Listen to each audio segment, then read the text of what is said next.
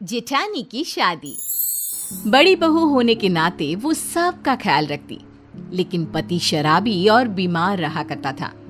किसी ने शादी से पहले पति की कमियों के बारे में बताया नहीं था।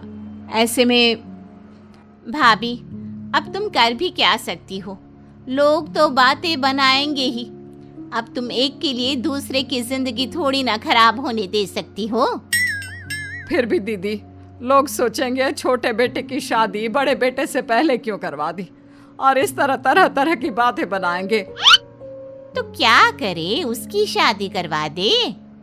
दीदी शादी तो करवा देंगे, लेकिन कोई लड़की इससे शादी करने को तैयार भी तो हो।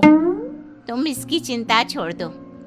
क्या तुम इसकी शादी करवाना चाहती हो तो मैं लड़की ढूंढना शुरू करूं? हाँ हाँ भाभी, क्यों नहीं।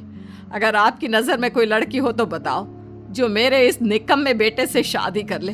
कम से कम उसके आने से ये ठीक तो हो जाए। कुछ दिनों बाद देखो तो कैसी है ये लड़की। गरीब घर की है, लेकिन सोना है सोना। अरे दिखने में सुंदर और घर के काम में तो जैसे सर्वगुण संपन्न। बुआ जी है तो बहुत सुंदर, लेकिन ये बच्ची लग रही है।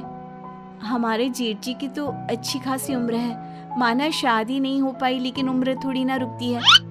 अरे बच्ची है तो बच्ची जैसी ही लगेगी ना। तुमसे 5 साल छोटी है, लेकिन सुंदर और संस्कारी है। कमल के लिए इसका ही रिश्ता लाई हूँ, और लड़की छोटी हो तो ही कब्जे में रहती है। क्या कमल के लिए रिश्ता मिल गया? मुझे तो दिखा लड़की की फोटो। लेकिन बुआ जी, ये लड़की जेठ जी से बहुत छोटी है, और इस लड़की के घर वाले मान गए क्या इस रिश्ते के लिए? उन्हें सब कुछ बता तो दिया है ना आपने? और नहीं तो क्या, लड़की वाले मान गए हैं, इसीलिए तो तुम्हें दिखाने लाई हूँ। लड़की वाले गरीब और भले लोग हैं। लड़की के पिता नहीं है, इसलिए उनको रिश्ते के लिए मनाना मेरे लिए और आसान हो गया। अच्छा, लेकिन लड़की और कमल के बीच उम्र का कुछ ज्यादा फर्क नहीं लगेगा? अरे तो क्या हुआ, इतना तो चलता है। और सबसे बड़ी बात, लड़की वाले मान गए हैं। बेचारे गरीब है ना, इसलिए इतना अच्छा रिश्ता अपने हाथ से जाने थोड़ी ना देंगे। तो मैं रिश्ता पक्का समझू ना? हाँ हाँ, क्यों नहीं। हमें तो बस उसका घर बसा दिखना चाहिए, बाकी उससे वैसे भी मतलब नहीं है हमें। ऐसे ही कुछ दिनों बाद जेठ जी की शादी हो जाती है, लेकिन शादी के कुछ ही दिनों बाद जेठ की मौत हो जाती है। बहुत बुरा हुआ उसके साथ। अभी अभी तो उसकी शादी हुई थी, और शादी के कुछ दिनों बाद ही मौत। भगवान ऐसा दिन किसी माँ को ना दिखाए। लड़की के पैर सही नहीं थे। बुआ जी, ये सब कहना बंद कीजिए। आप देख नहीं रहे माँ जी की हालत, और उनकी बीवी को तो देखिए। अभी तो घर आई थी और पति नहीं रहा, ऊपर से आप। लगता है वो लड़की ही खराब थी इनके कमल के लिए, तभी तो शादी होने के बाद ही पति की मौत हो गई। भगा दो अभी से यहाँ से। हाँ, मुझे भी यही लगता है, क्योंकि मैंने भी यही सुना था कि इसके पैदा होते ही इसके पापा की मौत हो गई थी। लगता है इसके पैर खराब है। जिस घर में भी जाएगी अपने साथ अपनी ये मनहूसियत लेकर जाएगी। ये तो बहुत बुरा हुआ इनके बेटे के साथ। नई बहू घर आते ही बेटा घर छोड़कर चला गया। इस तरह आस पड़ोस की औरतें मिलकर कुछ दिनों तक नई बहू पर इल्जाम लगाती रहती है, उसके बारे में गलत गलत अफवाह उड़ाते रहते हैं, और ये बात सोनम देख नहीं पाती। फिर एक दिन, मेरे कारण पहले पापा नहीं रहे, फिर ये मैं ही मनहूस हूँ। आप लोग मुझे घर से निकाल दीजिए। नहीं नहीं भाभी, कैसी बात कर रही हैं? इन लोगों को तो जवाब मैं देती हूँ। फिर बहू पड़ोसियों को कहती है, आप सबको क्या लगता है जेठ जी के गुजर जाने का गम केवल मम्मी जी को है और जेठानी जी को नहीं? वो उनके भी पति थे, जिसके साथ कुछ समय पहले ही इनकी शादी हुई थी, और शादी के कुछ समय बाद ये सब हो गया। और आप सबको लगता है कि उन्हें कोई दुख नहीं हो रहा? अरे उनके लिए तो ये सबसे बड़ा दुख है। बहू, ये क्या बोल रही है? चुप रह। मोहल्ला है ये, हमारा समाज है। समाज ही तो है ना माँ जी, किसी भी हाल में खुश नहीं रहने देगा ये।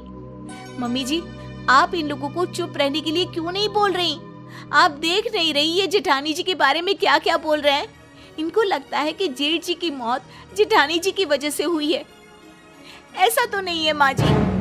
हाँ हाँ, मुझे भी पता है, वो अपनी हरकतों के कारण नहीं रहा। कितना समझाया था गलत संगत छोड़ दे, लेकिन नहीं। माँ जी वो कोशिश कर रहे थे कि वो सब छोड़ दे, लेकिन देर हो गई। जब मम्मी जी आपको सब पता है तो आप इनको बोलती क्यों नहीं? सच में तो ये सब भी जानती हैं, लेकिन इन लोगों को बस बातें बनाने के लिए चाहिए जिसे ये कोस सके।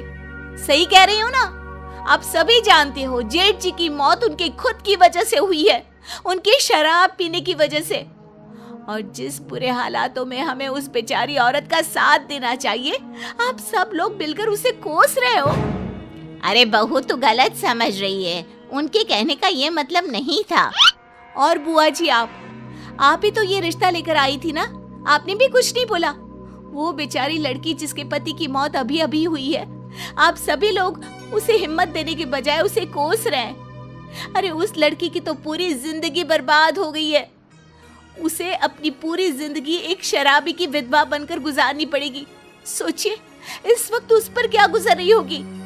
जिस उम्र में उसे घूमना फिरना चाहिए, अपने जिंदगी को खोलकर जीना चाहिए, उस उम्र में वो एक विधवा बनकर काटेगी। और ऊपर से उसे ये भी सुनना पड़ेगा कि वो विधवा खुद की वजह से हुई है। ये सब है आप लोगों की सोच। शर्म आती है मुझे आप सब पर। तभी एक पड़ोसन बोल पड़ती है, तू तो बड़ी वकील बन रही है ना, तो करवा दे जेठानी की शादी। अरे कैसी बात कर रही हो, दूसरी शादी, वो भी बहू की?